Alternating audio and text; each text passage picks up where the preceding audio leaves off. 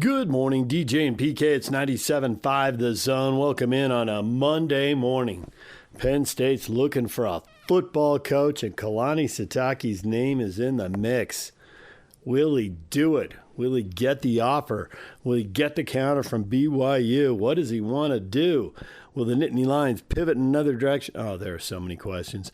We will get to this as the morning goes on. We will begin, though, with a recap of the weekend. Utah State. How did you lose to Boise State? They already had 4 losses. They're having a down year. You could knock them out of the conference title game, but instead they come back and win 25-21. The Aggies going for it. A couple of fourth downs, spots on the field where I'm not sure is a good idea, but hey, the analytics say. Bronco Mendenhall after the game. An emotional loss, and you've experienced way too many of those over the last few weeks. Now that the regular season's over, you look forward to a bowl game, but what do you say to these guys after a hard-fought game in which they were the better team for a good chunk of this game? I just shared that I was proud of them and that I couldn't have asked more in terms of their effort, their commitment, their unity, their intent, and their commitment all through the week to win this game. They tried really hard. They battled with their full heart, and they did everything they could do and how they were prepared to win the game. And as we saw the game play out, certainly the leader, that's me, is responsible for any time we go for it on fourth down. And so we didn't convert a 4th and 2 and a 4th and maybe a half a yard. And those small margins absolutely make a difference. As the game goes on, I think Boise, third down became a critical down where they were able to convert on third down more than we would have liked, and we weren't able to convert on third down at a rate needed. And while that didn't allow a ton of points or a huge separation, we weren't able to separate. They kind of kept chipping away, even though there weren't giant scoring drives. But you could just kind of feel the control of the game, the momentum, I would say, was something we couldn't separate from or didn't just by really third down execution. So I think that was an underlying factor. In between all those plays, they were battling like crazy, and then some penalties that we had tonight were very difficult in terms of setting us back and moving us back. Coach, talk about that first fourth down. You're inside your own 15-yard line, and I think it was right out of the third and fourth quarter break, and you had to line up ready to go. They called the timeout and then shifted. Looked like you guys changed your play call as well. I'm curious your mindset going into that, knowing that if you kick the field goal, you can go up by 8 and try to maybe get a little bit of separation. Talk about your thoughts through that process. Yeah, I thought it was going to be a really close game for sure. One score game was certainly what we were anticipating. Whether that was going to be a field goal or a touchdown with a 2-point conversion wasn't certain. Intuition and knowing Bryson and my belief in him, I absolutely believed we could get 2 yards. And so there's the intuition part for sure, which I'm responsible for. Coach McGivern obviously endorsed as well and believed we could get it. And then analytics-wise, we have a book like anyone else does, and it gives all the decisions, and that also said 4th and 2 or less. None of that matters other than I'm the one that made the decision, and I believe in my players and I believe in Bryson, and it ended up not working, and I'm responsible for that, and believed it was the right thing, as I did when it was 4th and 6 inches or whatever it was later in the game. Kind of walk me through, Barnes completes the pass, and it appears from our angle that it's good enough for a first down, which would have stopped the clock to move the chains. You don't have any timeouts, but I mean, is there an ability for the official to step in and say, well, let's review that to see if it's a first down? Because that seemed like the inability to be able to decide whether it's a first really cost you a chance to move that ball into field goal range. It did, and the communication was just really frustrating. And there's a chance to review and all the plays, right, that have meaning when it's the sideline or scoring or et cetera. And the answer is yes, it could have been done, and really frustrated. 94 plays defended on defense, almost 37 minutes time of possession, but only, again, 25 points. We have to just look at what this defense has done over the last few weeks, and just to tip our cap to Nick and his staff and these kids. They just kept battling and trying to keep the offense, giving them more opportunities to score. And it had a lot to do with my decisions of just trusting and watching them, what they were doing and how they were doing it, and continuing to make those stops. And I was leaning on them harder and harder through the decisions I was making through the course of the game. And man, they're fiercely tough, and who they've become through the course of this season, and the chances they're giving us and the chance they gave us tonight to win I was really proud of them for sure. When you look at a game like this, Coach, and obviously we're so excited that you get the 6th win last week and you get to bowl eligibility, but when you go back, and I'm probably going to have to look at the film and take a couple of days to analyze this, but I mean, for years now, this team has been several touchdowns away from Boise State. Is that gap closing, or is that a year-by-year situation? I think it's too early to say. I believed going into this game that it was going to be this type of game, that they were a top-tier Mountain West team, but I believed we are, and we're playing that way as well. And if you look at possibly who'll be playing for the conference championship, it might be UNLV and Boise. I don't know all the scenarios, but if it is, that's a couple missed kicks and a couple non-converted 4th downs. That really comes down to the difference if it plays out like that. So I think, as I've mentioned the entire year, parity is throughout this league. I think we have as good a chance as anyone, and I think we've demonstrated that through the course of the year. But no one wants the success more for our team, our fans, the former players here than I do.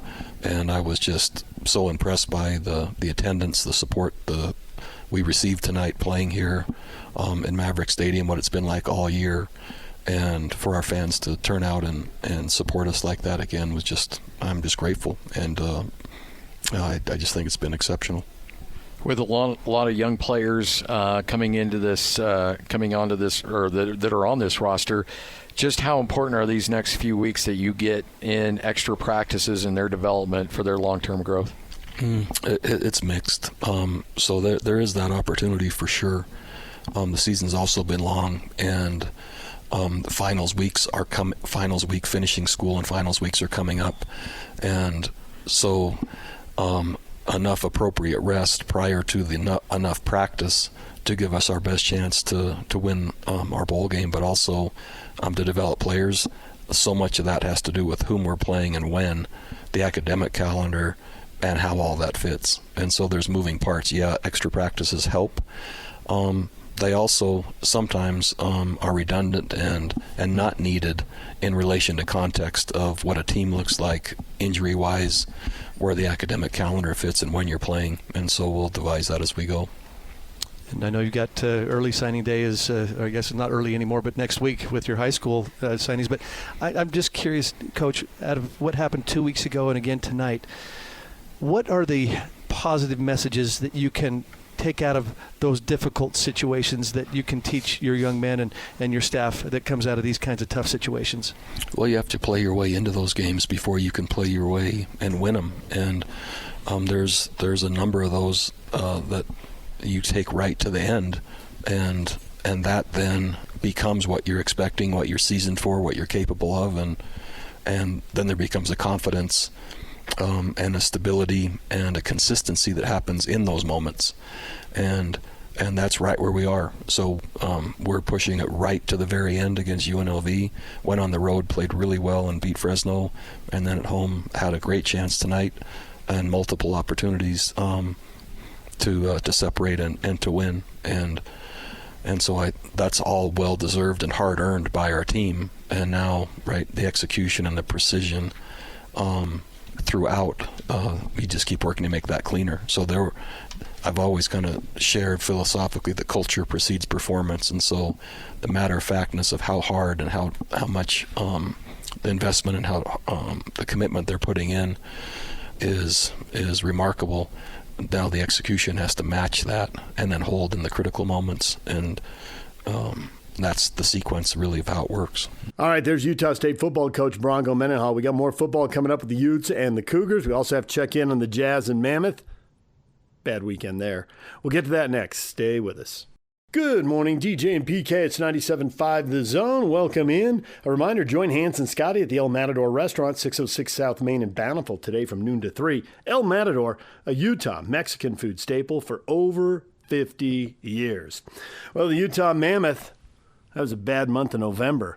More one-goal losses, a couple of them over the weekend. Let's get to the best of the Mammoth postgame show. DJ and PK, the Utah Mammoth fell 1-0 in St. Louis on Saturday night to the Blues. They are in San Jose tonight. That'll be an 8 o'clock face-off. We'll be on the air right here on the KSL Sports Zone at 7 o'clock with Hockey Night in Utah for Game 3 of the 6-game road trip. Tough weekend for the Mammoth. It started with the passing suddenly of Utah captain Clayton Keller's father, Brian, as the team arrived to Dallas on Thursday evening. Found out that he'd passed away suddenly in his sleep. So some heavy hearts and some heavy emotions out there on the shoulders of the Mammoth this weekend. They fall 4-3 in Dallas on Friday. They fall 1-0 in St. Louis on Saturday. So what was 2 straight wins for the Mammoth going into Wednesday night, now 3 straight 1-goal losses.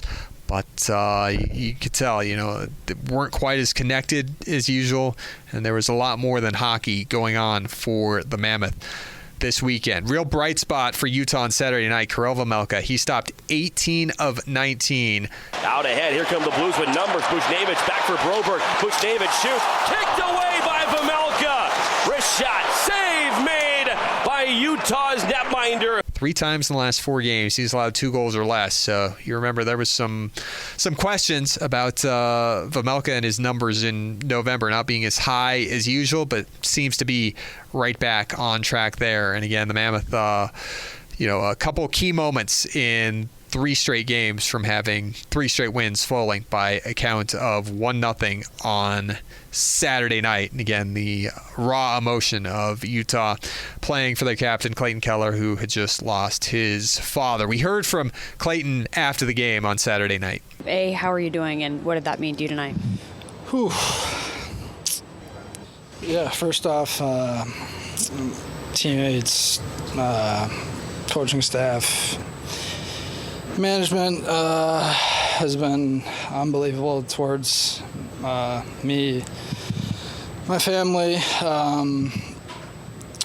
Big thanks to the Blues for everything they did tonight. They didn't have to do that. Lots of memories at this rink. Growing up, coming to games here, sitting on my dad's lap, my grandpa's lap. Just admiring those players and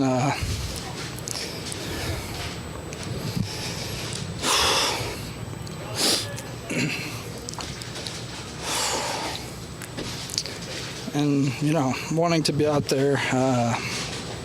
So it was definitely a tough, a couple of days, but I couldn't have done it without, my family, my teammates. They had my back always. And I care for them more than anything.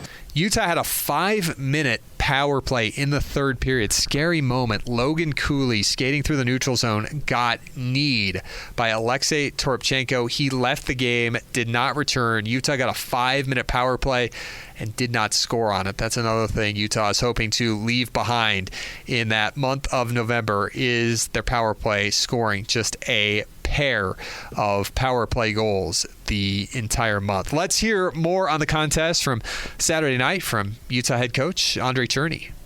I think we had a slow start, and I think we got back better after, but still too many individual mistakes. We shoot ourselves on the foot on changes and on turnover. So it's we play structure hockey. We do a lot of good stuff, but we need to get over the hump and find a way to win games.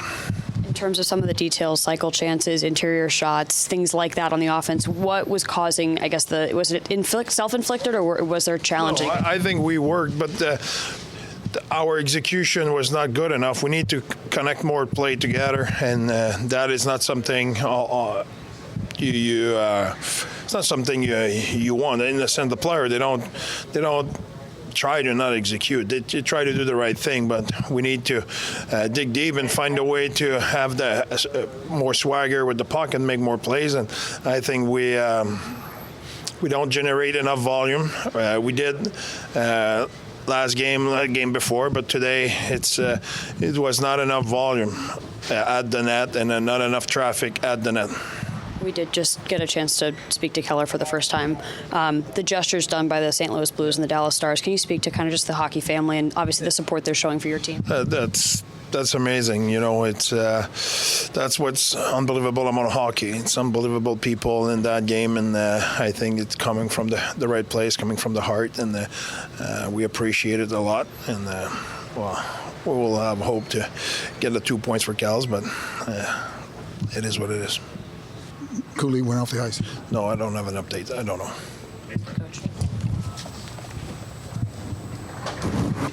So 4 more on this trip: tonight in San Jose, Wednesday in Anaheim, Friday Vancouver, Saturday Calgary. All the games will start at 8 p.m.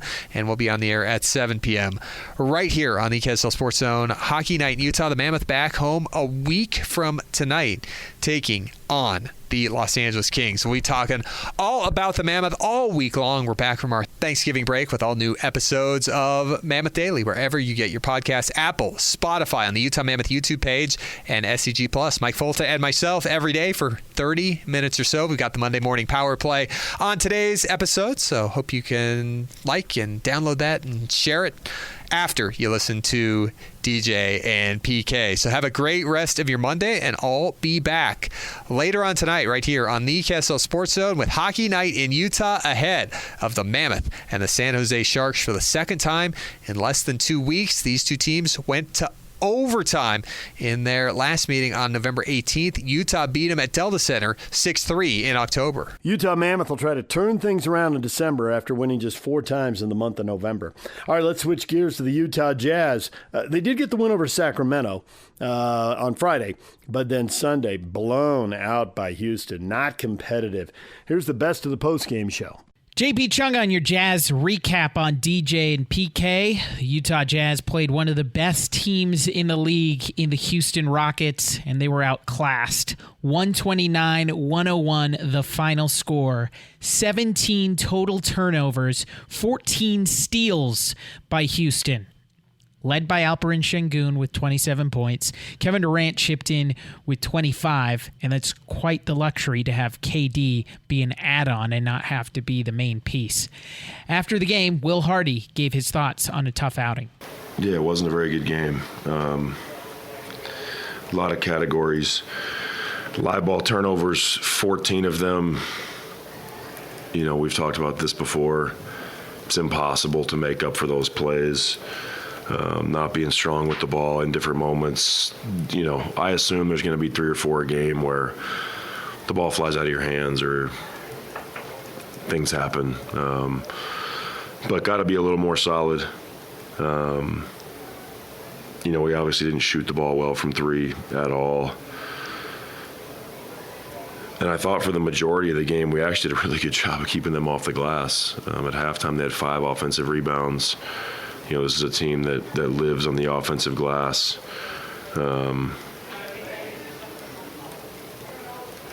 We have to continue to find ways to fight through the really physical, tough games. We have to continue to meet the level of physicality that our opponents bring to the table. But these are good learning moments for our team. I thought Ace played really well tonight. Bounce back and play him again tomorrow. Are teams defending Lowry any different over the last 5 games? No. What do you like about Nurk's impact to tonight's game? 14 points, 9 assists. I thought Nurk finished well in the pocket. He's had some moments this year where he's struggled with his little floater that he's actually, I watch him shoot it all the time at practice and in our gym, and he's pretty good at it. he finished well. I thought he obviously took care of the ball better tonight. But those little in-between shots for centers when you're not making plays over the top, right? Like Nurk does a lot of his work on the floor. He's not playing over the top of the defense. So when he catches the ball in the pocket, he's making a lot of decisions, and I think that floater's got to be a weapon for him. Is Lowry just on a cold streak then, or is there something else you want to see from him? He just hasn't. I think his balance has struggled a little bit. Getting his feet assembled. Lowry's shooting is really the least of my concerns. I think he's a heck of a player. I think there's a lot of data that would say that he's a really good shooter. Last 2 games he's gotten a lot of looks that he has made a lot of in the past. But I don't want Lowry, and the reason why I'm quick to cut that conversation off is like I don't want Lowry to obsess about his shooting. It has nothing to do with our team's success. Lowry draws so much attention for us on the offensive side of the ball. He's done such a good job of adding layers to his game. He puts pressure on the rim. He gets to the free throw line. And I want him to approach every night assuming that he's Lowry Markkinen and he's one of the elite shooters in our game. I think sometimes when there are little pockets where the perimeter shooting goes cold, there can be a lot of questions as to like why, and then we can start to really overanalyze ourselves.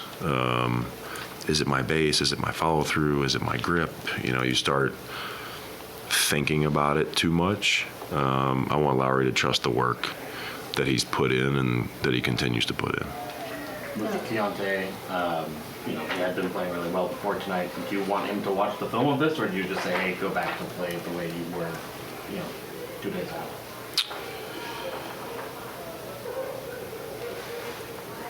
I think not watching it would be a mistake. I think we all have to face hard things. I think there's things to be learned from tonight's game. And I have no doubt that Keontae can and will learn from tonight's game. So yeah, I would anticipate that he's going to watch the film and come out and play a lot better tomorrow. I know Ace already saw Katie in preseason, but just to see him hit that shot over him and even that shot kind of down low, what do you like about how he's meeting the moment and it doesn't look like things are too big for him out there? He just kind of has a good feel. Yeah, Ace is playing great, and I think he continues to show us all glimpses into the future of things that he can be capable of. Making shots over the top is a really important skill in our league, especially when you start looking at end of games in the playoffs. A lot of those shots have to be made. And so Ace is showing an ability to get off a variety of shots, and he's having some success, which I think is good. It's taking some restraint to not overemphasize those things right now and make his life solely about those things. I think there's going to be a time and a place where there's going to be more of that. But Ace has a really good way about him in terms of I haven't seen him look nervous yet. He just goes out there and plays. He plays within the construct of the team. He's learning really fast, and he's continuing to get better. Most guys who seem like to get to the NBA have been an elite scorer at some point in their life. What is it that separates the guys that are able to continue to do it at this level? Is there a common theme? Well, I think how you scored matters. I think at lower levels, sometimes the ability to get on the rim run by your guy. I'm more athletic than everybody I'm playing. I think you get to this level and the athleticism really changes. And so I think shooting's never going out of style. Like, it's still the premier skill in our game. And so I think you see guys that can make a variety of shots from different parts of the court, 3, mid-range, floater, at the rim. I think those are the guys where it translates the best, but I also think the guys who adapt and learn when they get in the league, that, Kevin Durant is one of the premier examples of efficiency, and that I don't mean that in terms of shots going in, like that is true, but he doesn't waste dribbles. If he can face up and shoot it over you without dribbling, he will. If you make him dribble it once, he will, but he's not going to do more than he has to. And I think the best scorers in our game, they're taking what is given to them. They have counters for different ways they're being guarded, but they don't overcomplicate it. For the Jazz offensively, they were led by Ace Bailey. He continues to impress, including a rock the baby move up on Kevin Durant. He finished with 19 points and spoke on facing KD.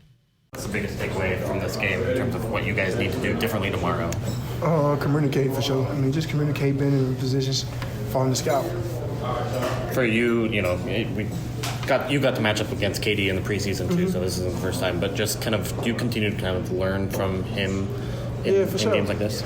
Yeah, for sure. Before we played him, I watched. When I sat down and watched them play OKC plays the Spurs in the finals, I watched him just get like 10 straight. How easy it was and 1-2 dribbles. So I still watch him, yeah, for sure. I know you guys talked a little bit pregame when he came out onto the court. What did he say to you? Nothing, just speaking the game of basketball. That's how we usually talk about basketball. Just little things around that. What's getting easier? Finding my shots. Finding the right passes, finding my shots. Going to rebound. It's coming, just game by game. When you have as many counters as you do in your game, is that hard to know when to use them, or is that something you naturally have? I've God-given talent, so I say something natural. Just reading it. Me just taking my time and reading it. Did you like the early game? It's my first early game. This is my first early back-to-back early game. So it was fun. It wasn't bad. I came out with energy, so it wasn't bad. Lauri Markkanen had a tough one, 18 points on 5 of 12 from the field. He discussed it postgame about the need to bounce back. Lauri, what was Will's message for you guys after the game? We didn't talk much. I think everybody knows what went wrong. It was just really bad first half start, and then obviously it was just a really tough night, just flat. And I'm sure we're going to talk about it tomorrow morning and how we can fix that. But I think everybody's just disappointed on the effort, and kind of nothing really went our way. So not much to say. I feel like everybody needs to look in the mirror. They're going to kind of use this night to self-reflect and see. The thing about the NBA is we play tomorrow, so no time to dwell on it. We got to fix what went wrong. Do you like that it's a back-to-back against the same team? It's the NBA. I'm not sure if I've ever actually played the same team on a back-to-back. Might be wrong, but it is what it is. It's a back-to-back for us, and I think it's a good test for us how we're going to see the same team and how we can fix the things that went wrong and hopefully prove this night wrong. And so that's exciting. What were some of the things you saw in the first quarter defensively that you did like that the team was doing when you guys were kind of scrambling and keeping Houston on their toes? Yeah, that's got to be the whole game, though. Or start the second half. I think we did a solid job on both ends of the floor. We moved the ball and we got some stops. We cut it to 14, I think, something like that. But that's the intensity you got to play with. NBA is so talented, so I'm not even singling out any teams. It's everybody. To give yourself a chance to win, you got to bring that for a full game. So we showed we can do it, but obviously short stint doesn't really help. So it's got to bring it all, the whole 48 minutes. When you are on a bit of a cold streak shooting, do you have to fight the urge to change things, or do you want to change things? I think it's just, you know that the number's going to even out when you're doing the right things. You keep working on it. You watch film that how you can get more balance and kind of get your normal shots. And obviously, it's tougher when you're not just getting like wide open, just naked ones, you know. But the more so you got to watch film of how to get your foot around, how to get your balance. But once you keep doing that and working on it, I know that numbers will even out. So obviously it's a long season, so there's going to be hot streaks and there are a little tougher moments, but it's all part of it. So Do you feel like teams are giving you less space? Like, you said just like kind of those naked shots when you're wide open. Are you seeing fewer of those? no, I'm just saying like the defensive coverage of like you're coming off screens instead of like, I mean, every now and then you get a good one from, and lately even those have been coming out in and outs and stuff, but especially those you focus on sticking every shot and really see the fundamentals are correct, and those going to start falling again, so I'm not worried. Thank you. Same two teams battle tonight.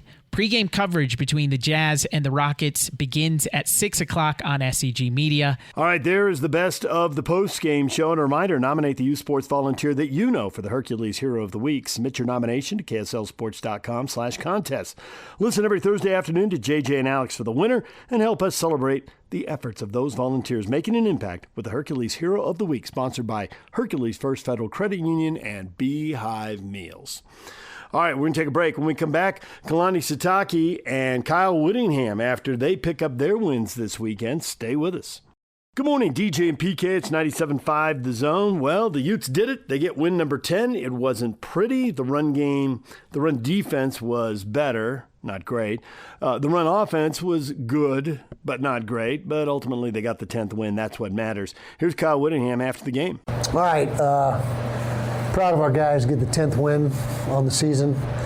It's not easy to do, and just so proud of them for hanging in there, kept finding ways to make plays. Key to the whole entire game was our red zone defense. There was no doubt about that. Jackson Benny's pick in the end zone, Scooby's pick six in the red zone. Holding them to a field goal early on. I mean, there was so many things that in the red zone defensively that we did well. That was really, again, the difference in the game. Run defense still got a lot of work to do there. They rushed for nearly 300 yards, so we didn't get that entirely fixed, but they did a nice job. They had a nice plan. They followed the blueprint that Kansas State followed, multiple tight ends, power run game. And so it wasn't as bad as last week by any means, but it's still not where we need to be. But again, the red zone defense offset that and really is what the biggest key in the game was. Offense took a while to get going, didn't really get into a rhythm in that first half. Started getting some things going in the second half. But they're good on third down. You know, we converted, 7-13 or something like that on third down. We were not good enough on third down defensively. They had a lot of success on third down as well. But overall, we kept finding ways to make plays, stay in the game, and our guys found a way to win in the end. And again, 10-win season is outstanding for anybody. So we're excited about that. Questions? Coach, can you walk us through the 3rd and 5 play and ended up in a 48-yard touchdown to Larry Simmons late in the game? We're debating on whether to just run the ball, keep the clock running, or not. You know, just take our best shot to get the first down. And so after talking to Jason, so I decided, hey, whatever play you think has got the best success to get a first down, don't necessarily worry about the clock running, just to convert. And he'd been sitting on that play for quite a while. I guess he's had it since he was back in Virginia or something. But they worked to a T. And Larry Simmons' touchdown to reception ratio is incredible this year. I call him Touchdown Larry. I started calling that about a month and a half ago, and he's lived up to that name. So he was the recipient of that pass, beautifully executed by Devin. Offensive line did another nice job, although it was one of our lower rushing totals for the year. But I thought the offensive line played well in addition. Really, the only negative in the game is the rush defense. I mean, that was the big negative. But we'll just continue to work on that. Now, the Jackson Benny interception seemed to kind of change things for you. It did. Kind of talk about what that meant for you. Yeah, it looked like the quarterback was just trying to throw it away and get rid of it. We had everything covered up, and we flushed him out of the pocket. He was on the move, and just didn't get it. The quarterback was not able to get it out of harm's way. And Jackson tracked it down and made a great play. And like I said, that one and the Scooby Davis pick six were huge. Probably would have had another pick six if Smith Snowden hadn't fallen down earlier in the game. But 3 interceptions in a game is outstanding, and interceptions are more damaging to an offense than fumbles. And so it's just statistically proven. And so anytime you can pick a guy off 3 times, your chance of winning are pretty good. Offense was pretty flat most of the game. Were you able to pinpoint a reason for that? Can't hear you. I said offense was pretty flat most of the game. Were you able to pinpoint a reason for that? No, we just never. First of all, Kansas was playing good defense, but I don't know. Hopefully, the cold didn't bother us. I mean, that would be a weak excuse if that was the deal. But we just never got into a real rhythm. Devin is still not himself. I mean, you can see that. Look at some tape early in the year when he's himself, and now, and he's just not quite able to do the things he did early on. But did a good job, took care of the football for the most part. Had the 1 fumble on the run by Bird. Otherwise, we won the turnover margin 3-1, so we were +2. But offense did enough. We still had over 400 yards, but we're just used to having more from the offense this year. Just wasn't our most productive game offensively. Over the next 2 weeks, you got a decision to make for your contract. I do? What? Yeah. You don't have You putting a gun to my head on that? No. But what do the next 2 weeks look like for you? Well, tomorrow I'm going to be spread eagle on the couch, laying there just watching college football and seeing what happens. Maybe clothed, maybe not clothed. I don't know. But I'll just, it takes some time to decompress and to reflect. We may have a game next week. Who knows? And so right now is not the time to really comment on that or even think about it yet. But everyone knows that's out there, and we'll see what happens. But right now I'm having a heck of a time coaching this team. It was a fun year, and not quite over yet. We've got a little more football left. Coach, after going 5-7 last year, what does it mean for this team to get to 10 wins in the regular season? Well, it's huge, and I thought about maybe last year being the last go around, but it couldn't, as I've said many times, I just couldn't stomach ending on that. We needed to right the ship, get things headed back in the right direction, and I believe we've certainly done that this year. Can you talk about Larry Simmons' emergence here at the end of the season? How has he kept working? Larry has been a guy that has just continued to work hard. I'm sure he would have liked to have played more snaps in the first half of the season, but he never had a sulky attitude, never stopped working, just kept doing his thing, and he's now had a very nice year. I don't know, he's got to have 6-7 touchdowns this year, and so he's been a big part of our offense, and credit to him for not just getting discouraged and going in the tank. He just kept at it. There's Utah football coach Kyle Whittingham after win number 10. Now here's head coach Kalani Sitake after BYU picks up win number 11 and qualifies for the Big 12 title game. They will play Texas Tech. Here's Kalani. Happy with the win, and obviously didn't start out the right way, and I give credit to UCF. I think they did some really cool things and probably put our defense a little bit on our heels. It's good for us, and I mean that just shows how smart Scott is as a coach and offensive mind. He was able to put us in some compromising positions with our coverages, and so it's good that we saw that because we got to fix it for next time. But hats off to them. After that 14-0 start, I think we went on to control it 41-7. So that nice response by the team. We made some really cool things happen. I'm happy for the seniors more than anything that we were able to get the win for them. But had some really cool things happen in this game. Really want to use it as some momentum going into next week. And now that it's here, we can talk about next week and talk about all that stuff. And I'm excited about, the opportunity to play in the playoffs, all that stuff. So play for the conference championship and everything else. And I think we're, the next best thing to be in 12-0 is 11-1. That's what we are, and losing to the 5th-ranked team in the country. We're looking forward to the rematch, and I know Coach McGuire is going to have his guys ready, and we got to make sure that we use all the time between now and the game next week and get our guys ready to play that game. But we're really excited about the opportunity and to be in this position, and so looking forward to the matchup. But in this game, proud of all the guys and the leadership that we have in our on our team. Even though we had some adversity, the guys didn't lose faith. They just rallied around it and didn't panic. And I like the response. And then, the rest is the rest is what we said, 41-7. And so I'd like to see us start faster next time. But again, UCF, we've been in that position before where you're trying to win your 6th game and extend the season, get bowl eligible. We were in that position a few years ago. So I think we started fast against Oklahoma State and they had to rally and beat us in the double overtime game. And so, I know that there's a lot of guys there that their season's done, and so there's a lot of respect to them and their coaches, and they'll be back. I mean, it's been a lot of fun playing in this conference, and so those matchups are never easy. And so, well-coached teams, tough teams, and I think that's going to prepare us. Everything's going to prepare us for this matchup that we have next weekend. So. What questions do you guys have for me? Kalani, the last time that you guys played for a conference championship game here was when you were the fullback here. What was that experience like, and what can you draw on from that experience to kind of help prepare your guys the right way on Saturday? Oh, you're testing my memory now and how the guys. You're talking about when I played. There wasn't any.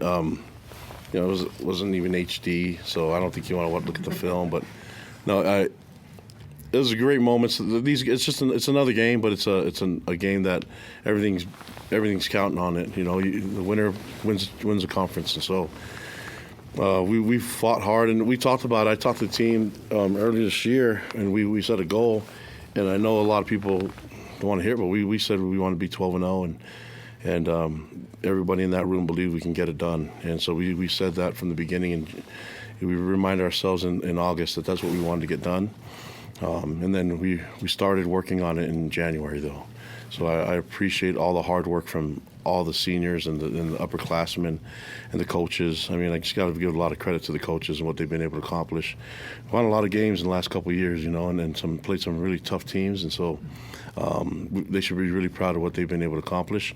Now that we're here, last year we were kind of, feeling sad that we weren't in the championship game, man, and because it came down to a tiebreaker and all that stuff, and so it just felt good to try to, just have this game and make sure that we lock it up. And now that we can get back on the redemption trail, trying to get back that game that we didn't do so well in Lubbock, and now it's a neutral site. If you're still in Texas, but it's a neutral site. I think our fans will show up, and it'll be a lot of fun, and have a lot of respect for Texas Tech and their fans and their players and the coaches. So it'll be a great matchup, and looking forward to the game. But I think you already know that they're a quality team that belongs in the playoff, and I told you I wouldn't campaign about it, but I don't know what the other teams are about, because I don't know enough about what they've been able to do. But I feel good about our resume and what we can accomplish. But if we win the game next weekend, then there's no doubt that we belong in the playoffs. With Chase, how important was it for Parker to have the game that he did, and Carson Ryan coming up with some big catches as well? Yeah, and Chase will be back next week. I think we made the right decision, hold him out and be smart with his injury, and I think he felt good about the other guys picking up the slack, with Cody Hagan and with Tiger and the rest of the guys, and JoJo had a good game. And then you mentioned Carson Ryan's been a great receiver for us all season long. And so I just like the way the guys have all bought into what we ask them to do. I mean, whether it's run block or run routes, and they've done everything we asked them to, and they don't complain about it. And the stats come their way, and these guys, I really appreciate them rallying around our true freshman quarterback, and he made some true freshman mistakes, but I think he's pretty accurate. And there's a couple times, I mean, it's kind of hard when you want to tell him, correct him, but he already knows. So it's like it's no fun when you're like, hey, you gotta I know, throw the ball away. It's like, all right, and I tell him, but you gotta have fun too. You know what I mean? So he's a great. I mean, he's just ultimate professional. The guy wants to work hard, and he's always learning. He's always on the tablet when he's not on the field, and so it's been so fun to see him grow throughout the season and in his true freshman year. But it's also been fun seeing everybody rally around him. Kalani, do you feel like the fact you clinched last night may have led to some complacency early on in this game? I don't know. I don't know. I don't know how that feels, because we all kind of figured that, once that was set, I think everybody said the championship game is set. We're all human, so, and we've never been in this position before. And I think last year going into the week, we're like, hey, just handle what we can handle, win the game, and we're in. And then everyone's telling us, well, you guys are in, congratulations, and you're seeing everybody post stuff about it. It's like, man, I don't know if that was the complacency. I don't think it was complacency. We made mistakes, but Scott put us in some difficult positions, and you can't just think you're going to score every possession on offense. And I mean, we missed the field goal, which is like not Will, but I'm glad that we made a field goal and we made a couple field goals for him, and so I feel good about the 50-yarder that he made. And so there's a lot that goes into it, and you'll never see Will complain about anything else but his kick. But there's a snap in the hole that goes into it too. So all those things we'll try to fix. But I don't know if I can say that it was complacency or if it was what UCF did. Maybe a combination of both. I know that we were sloppy at the beginning, and that's my job as a coach, make sure that we don't show like that. But I don't know if it was the human part of it, like, hey, we're in the championship type deal. Maybe it does. I mean, I can't sit there and say that it didn't, but we're all human. Any chance that LJ could come back for next season, and what advice do you give to players who are kind of in that camp of whether they need to come back or maybe try out the NFL draft? Yeah, I mean, we're going to do what's best for them, and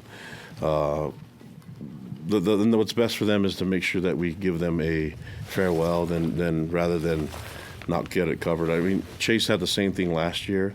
I think Maury did it too, so we just want to make sure that just cover it and make sure that we took care of them. They had a farewell and had a senior game, and then, and I think Chase didn't feel like he had to really do much today, and because he already got one. But yeah, I think we usually give out blankets, senior blankets or whatever. Yeah, just another chance to get 2 blankets for the guys, I guess. But yeah, with LJ, Keanu, Glasgow, all those guys, we want them to look at where they're going to be at the draft and then figure things out, talk to their family. But I'm always going to want what's best for them. Coach, last night, Coach Sarkisian, after their win, said it would be a disservice to college football to leave Texas out. And not for you to comment on Texas, but why should BYU be considered over teams like those other bubble teams for a spot in the playoffs? I don't know if it's maybe it needs to get more teams. I have no idea. And the difficulty is that there's teams that are going to be playing in a championship game and others that aren't. Maybe everyone should play a game. Maybe everybody should match up, and those that are. It would have been nice for us last year to play in a game, and even though Iowa State and Arizona State were playing the championship game, I don't think we're against that. So I don't have all the answers, and I can't really speak on the other teams. But there's a lot of really good football teams out there in all the conferences, and so I do like the system that is now because it allows more to play in it rather than when it was, a computer telling us the final 2. And so we're in a much better spot now, but maybe it should expand more. And I don't know if we'll ever get to what basketball is doing, but there's some really cool things that I think, all the smart people like all of you guys will figure it out. And there's like playing games and all that stuff in basketball. I mean, let's look at everybody that does tournaments and see what we can do. I have no idea, but there's great teams all over the place. Sark's a friend of mine, so I know what he's capable of doing as a coach. I can only speak for my team and what we can do. And there's a lot of teams that deserve to play in it, and I think we're one of them. Last question. Your good friend, Kyle Whittingham, there's a chance, we haven't decided anything yet here, he hasn't, that he's coached his last game. Can you just describe what he's meant to you personally and professionally over the years? Yeah, thanks for asking that. I mean, you know how much I love Kyle Whittingham and his family, and wouldn't be here if it weren't for him. And so, he's always been a friend, and that's always going to be there.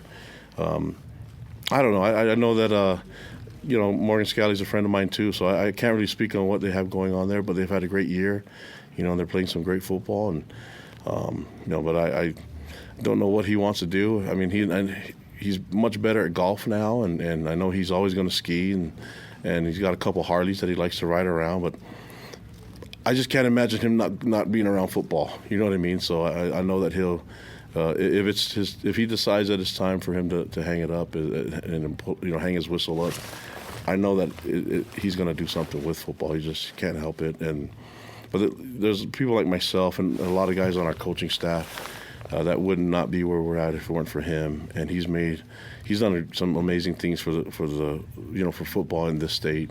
I mean, he played for BYU and with his playing days deserves to be in the Hall of Fame and probably one of the few guys that can be in the Hall of Fame at both schools. And if there's anyone that deserves it, it's him. All right, there's Kalani after the game. Now, about the Kalani job rumors, the interest from Penn State. Well, we'll get to that coming up. What is trending is next. Stay with us.